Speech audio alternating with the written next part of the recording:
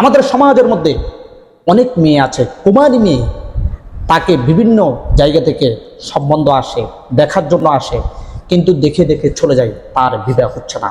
আজকের এই আমলের মাধ্যমে এই ধরনের কুমারী মেয়েদের বিবাহ হবে ইনশাআল্লাহ। আবার অনেক ছেলে আছে, বিভিন্ন জায়গাতে মেয়ে দেখতেছে, বিবাহ কোনোভাবে হচ্ছে না, কোনো না কোনো কারণে বিবাহটা ভেঙে যাচ্ছে, কিংবা তার গার্ডিয়ানে তাকে বিবাহ করানোর জন্য কোনো প্রস্তুতি নিচ্ছে না, তারা কোনো রকমের তাকে সাহায্য সহযোগিতা করছে না। সেই ছেলেও যদি এই আমলটি করে ইনশাআল্লাহ 1 মাসের ভিতরে বিবাহ হয়ে যাবে। প্রিয় দর্শকবিন্দু, আমলটি করার জন্য কে কোন জায়গায় দিচ্ছেন আমাদেরকে কমেন্টে জানাবেন।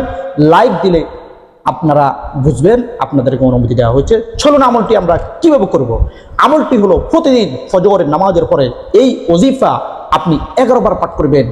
ইয়া সাত্তারুল উয়ুব ইয়া মুসাব্বিবাল আসবাব ইয়্যাকা না'বুদু ওয়া ইয়্যাকা নাস্তাঈন 11 বার পাঠ করে আল্লাহর কাছে দোয়া করবেন।